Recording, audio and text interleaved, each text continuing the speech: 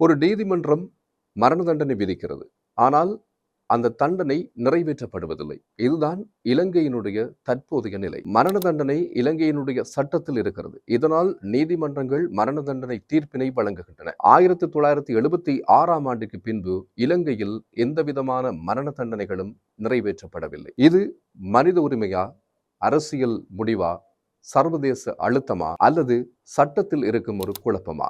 இது பற்றிய விடயங்களை முற்றுமுழுதாக ஆராய்கிறது இந்த காணொளி. இலங்கையில் மரண தண்டனை விதிக்கப்படுவது என்பது மிக பாரிய குற்றங்களுக்கு விதிக்கப்படுகிறது. குறிப்பாக போதைப்பொருள் கடத்தல்கள், கொலை சம்பவங்கள், இது போன்ற சில சட்டப்பிரிவுகளில் அடிப்படையாக வைத்த இன்னும் பல பாரதூரமான குற்றங்களுக்கு மரண தண்டனை விதிக்கப்படுகிறது. காலனித்துவ காலத்திலிருந்து இலங்கையில் மரண தண்டனை அமலில் இருந்தது. அது பிரித்தானிய ஆட்சி காலத்திலும் தொடர்ந்தது. சுதந்திரத்திற்கு பின்னரான காலப்பகுதியிலும் மரண தண்டனை தொடர்ந்து கொண்டே இருந்தது. 1976ஆம் ஆண்டு இலங்கையில் இறுதியாக மரண தண்டனை நிறைவேற்றப்பட்டது. தூக்கில் இடப்பட்டு மரண தண்டனை நிறைவேற்றப்பட்டது. அதற்கு பின்னைய காலப்பகுதியில் இதுவரை இலங்கையில் மரண தண்டனை என்பது நிறைவேற்றப்படாத ஒன்றாகவே இருக்கிறது.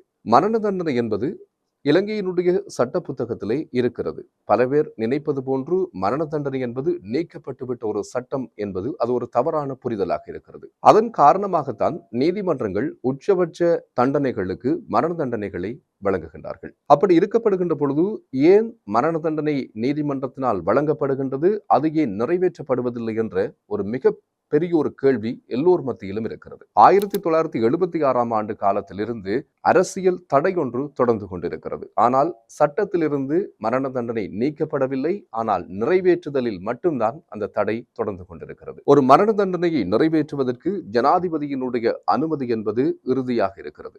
ஆனால் 1976ஆம் ஆண்டிற்கு பின்பு இருந்த ஜனாதிபதிகள் அதற்கு ஒப்புதல் அளிக்கவில்லை. தவறான தீர்ப்புகளால் ஒரு நிரபராதி தூக்கில் இடப்பட்டால் அந்த தண்டனையையோ அந்த உயிரையோ மீட்டு கொண்டு வர முடியாது. இதுதான் உலகளாவிய ரீதியிலே சர்வதேச மனித உரிமை அமைப்புகள் வைக்கின்ற மிக பிரதானமான ஒரு வாதமாக இருக்கிறது. மனித உரிமை அமைப்புகள் குறிப்பிடுகின்ற விடயங்கள், ஒரு நாட்டினுடைய அரசு ஒருவருடைய உயிரை பறித்துவிடக்கூடாது, அவருக்கு உச்சபட்ச தண்டனையாக ஆயுள் தண்டனை என்பதே போதுமானது என மனித உரிமை அமைப்புகள் வலியுறுத்துகின்றன. சர்வதேச ரீதியிலே இந்த மரண தண்டனை நிறைவேற்றக்கூடாது என்பதற்காக அழுத்தங்கள் பிரயோகிக்கப்படுகிறது. உதாரணமாக ஐரோப்பிய ஒன்றியம், சர்வதேச மனித உரிமை அமைப்புகள், ஐநா போன்றன மிக வலுவான அழுத்தத்தினை கொடுத்துக் கொண்டிருக்கின்றார்கள். இதே நேரத்தில் மரண தண்டனையை நிறைவேற்றக்கூடாது என இலங்கை சர்வதேச ஆவணங்கள் எதிலும் கையொப்பமிட்டிருக்கின்றதா என்ற கேள்வி பலவேர் மத்தியில் அதிகமாக இருக்கிறது. அப்படியானால் இலங்கை ஒரு நாளும் மரண தண்டனை நிறைவேற்ற மாட்டோம் என்ற ஒரு ஆவணத்தில் கையொப்பமிடவில்லை. அப்படி இருக்கின்ற பொழுது ஏன் மரண தண்டனை நிறைவேற்றப்படாமல் இருக்கிறது என்ற கேள்விகள் தான் அனைவர் மத்தியிலும் ஆழமாக இருக்கிறது.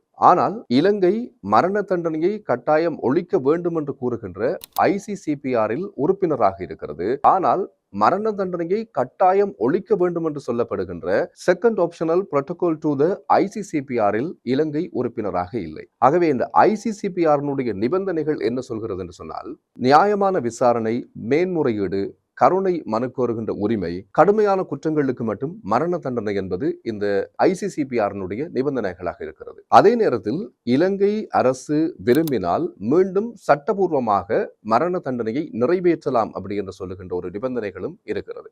ஆகவே இலங்கை அதில் இருக்கின்ற விஷயம், இலங்கை அரசாங்கம் விரும்பினால் நிறைவேற்றலாம். இதற்கு சர்வதேச தடைகள் எதுவுமே கிடையாது. ஆகவே இலங்கை 1976ஆம் ஆண்டு இறுதியாக மரண தண்டனையை நிறைவேற்றியது. அதற்கு பிறகு ஜனாதிபதிகளாக இருந்த JR ஜெயவர்தன, சந்திரிகா பண்டாரநாயக்க குமாரதுங்க, அதுக்கு பிறகு வந்த மஹிந்த ராஜபக்ஷ வரைக்கும் மரண தண்டனையை நிறைவேற்றுவதற்கு அனுமதி அளிக்கவில்லை. இடையில் 2019ஆம் ஆண்டு ஜனாதிபதியாக இருந்த மைத்ரிபால சிறிசேன மரண தண்டனையை மீண்டும் நிறைவேற்றுவதற்கு முயற்சிகளை மேற்கொண்டிருந்தார். கடுமையான போதைப் பொருள் குற்றங்களுக்காக இந்த மரண தண்டனை நிறைவேற்றப்பட வேண்டும் என்று சகல முயற்சிகளையும் மேற்கொண்டிருந்தார். ஆனால் உள்ளூர் மட்டத்திலும் சர்வதேச மட்டத்திலும் எழுந்த எதிர்ப்புகள் காரணமாக அது கைவிடப்பட்டது. அதற்கு பிறகு வந்த கோட்டாபய ராஜபக்ஷவும் இந்த மரண தண்டனையை நிறைவேற்றுவதற்கு அனுமதி அளிக்கிறார். ரணில் விக்ரமசிங்கே, அதே போன்று தற்பொழுது ஆட்சியில் இருக்கின்ற அனுரகுமார திசாநாயக்க வரையிலே மரண தண்டனையை நிறைவேற்றுவதற்கு அனுமதி அளிக்கவில்லை. அதே நேரத்தில் இந்த 2026ஆம் ஆண்டில் மரண தண்டனை நிறைவேற்றப்படுவதற்கு அனுமதி அளிக்க மாட்டோம் என்ற ஒரு உறுதி நிலைப்பாட்டிலையும் தற்போதைய அரசாங்கம் கொண்டிருக்கிறது. கடந்த 2025ஆம் ஆண்டின் நீதி அமைச்சினுடைய முன்னேற்ற அறிக்கையில் குறிப்பிடப்பட்டிருக்கின்ற விவரங்களின்படி இலங்கையினுடைய சிறைகளில் மரண தண்டனை விதிக்கப்பட்ட கைதிகள் 817 பேர் இருக்கிறார்கள் என்று சொல்லி குறிப்பிடப்பட்டிருக்கிறது. அதில் 811 இலங்கையர்களும் 5 வெளிநாட்டவர்களும் அடங்குகின்றார்கள். ஒருவர் பயங்கரவாதம் தொடர்பிலே குற்றச்சாட்டிலே தண்டிக்கப்பட்டவரும் அதற்குள்ளே அடங்குகின்றார்கள். 811 இலங்கையர்களில் 792 ஆண்களும் 19 பெண்களும் இந்த மரண தண்டனை கைதிகளாக இன்றும் சிறைக்குள்ளே இருக்கின்றார்கள். கிட்டத்தட்ட 700க்கு மேலே கொலை குற்றத்திற்காக மரண தண்டனை விதிக்கப்பட்டவர்களும் 100க்கு மேற்பட்டவர்கள் போதைப் பொருள் குற்றங்களுக்காக மரண தண்டனை விதிக்கப்பட்டவர்களும் எஞ்சி இருக்கின்றவர்கள் வேறு பல குற்றங்களுக்காக மரண தண்டனை விதிக்கப்பட்ட கைதிகளுமாகவே தங்களுடைய வாழ்க்கையினுடைய நாட்களை நகர்த்தி கொண்டிருக்கிறார்கள். இதில் சிலர் மேல்முறையீட்டினை செய்கிறார்கள். சிலருக்கு மேல்முறையீட்டின் மூலம் தண்டனை மாற்றப்படுகிறது. சில பேருக்கு தண்டனை குறைக்கப்படுகிறது. சில பேர் மரண தண்டனை கைதிகளாகவே தங்களுடைய வாழ்நாட்களை வாழ்கிறார்கள். உலக வரலாற்றிலே கிட்டத்தட்ட 100க்கு மேற்பட்ட நாடுகள் மரண தண்டனை நிறைவேற்றுதலை முற்றுமுழுதாக நீக்கி இருக்கின்றார்கள். சில நாடுகள் தங்களுடைய சட்டங்களில் மரண தண்டனையை வைத்திருந்தாலும் இலங்கை போன்று அது நடைமுறைப்படுத்தப்படுவதில்லை. அதே நேரத்தில் ஆசிய மற்றும் சில மத்திய கிழக்கு நாடுகள் மரண தண்டனையை பயன்படுத்துகிறார்கள். இலங்கை மீண்டும் மரண தண்டனையை அமுல்படுத்துமா அல்லது சட்டத்திலிருந்து முழுமையாக நீக்குமா? அது அரசியல் முடிவுகள், சட்ட மாற்றங்கள், நீதித்துறையினுடைய முடிவுகள், மக்களின் கருத்து, சர்வதேச உறவுகள் ஆகியவற்றினுடைய கருத்துக்களை பொறுத்தே தீர்மானிக்கப்படும். இதே நேரத்தில் பல பேரினுடைய மனதில் இருக்கின்ற ஒரு கேள்வி, மரண தண்டனை விதிக்கப்பட்ட ஒரு கைதிக்கு ஜனாதிபதி பொது மன்னிப்பு வழங்க முடியுமா? ஜனாதிபதியினுடைய அதிகாரத்தை பயன்படுத்தி அவர் அந்த கைதியினை விடுதலை செய்ய முடியுமா? முடியாது என்ற கருத்துக்களும் பல பேர் மத்தியிலே இருக்கிறது. ஆனால் இலங்கையினுடைய சட்டத்தின்படி பார்க்கின்ற பொழுது இலங்கையினுடைய சட்டத்தின் 34வது பிரிவு ஜனாதிபதிக்கு அதிகாரம் வழங்குகிறது. அந்த பிரிவின்படி ஒரு ஜனாதிபதி மரண தண்டனை விதிக்கப்பட்ட ஒரு கைதியினை பொது மன்னிப்பிலே விடுதலை செய்யலாம். அதே நேரத்தில் அவருக்கான தண்டனையை ஆயுள் தண்டனையாக மாற்றலாம் அல்லது அவருடைய தண்டனையை வேறு தண்டனைகளாகவும் குறைப்பதற்கான வாய்ப்புகளும் ஜனாதிபதிக்கு அதிகாரம் இருக்கிறது. ஆனால் அது ஒரு நடைமுறையின் ஊடாக செயற்படுத்தப்படும். ஜனாதிபதி தன்னுடைய தனி அதிகாரத்தை பயன்படுத்தி அந்த செயல்முறையை மாற்ற முடியாது. குறிப்பாக ஒரு மரண தண்டனை விதிக்கப்பட்ட கைதிக்கு ஒரு மன்னிப்பு வழங்கப்பட வேண்டும் என்று சொன்னால் அந்த நீதிபதி, அந்த தீர்ப்பு வழங்கப்பட்ட பொழுது நீதிபதி எழுதிய அந்த நீதி கோப்பு கட்டாயமாக பார்க்கப்பட வேண்டியது. பிரதம நீதியரசர், நீதி அமைச்சு, இப்படி அந்த ஒரு அரசியல் நடைமுறைகள் இருக்கிறது. அந்த நடைமுறைகளின் ஊடே அது சரியாக தெளிவான முறையில் இருந்தால் நிச்சயமாக ஜனாதிபதி ஒரு பொது மன்னிப்பை வழங்குவதற்கு வாய்ப்புகள் இருக்கிறது. கடந்த காலங்களில் இலங்கை வரலாற்றை பொறுத்த வரைக்கும் பொது மன்னிப்பிலே விடுதலை செய்யப்பட்ட சில கைதிகளும் இருக்கிறார்கள் அப்படின்னு சொல்லலாம்.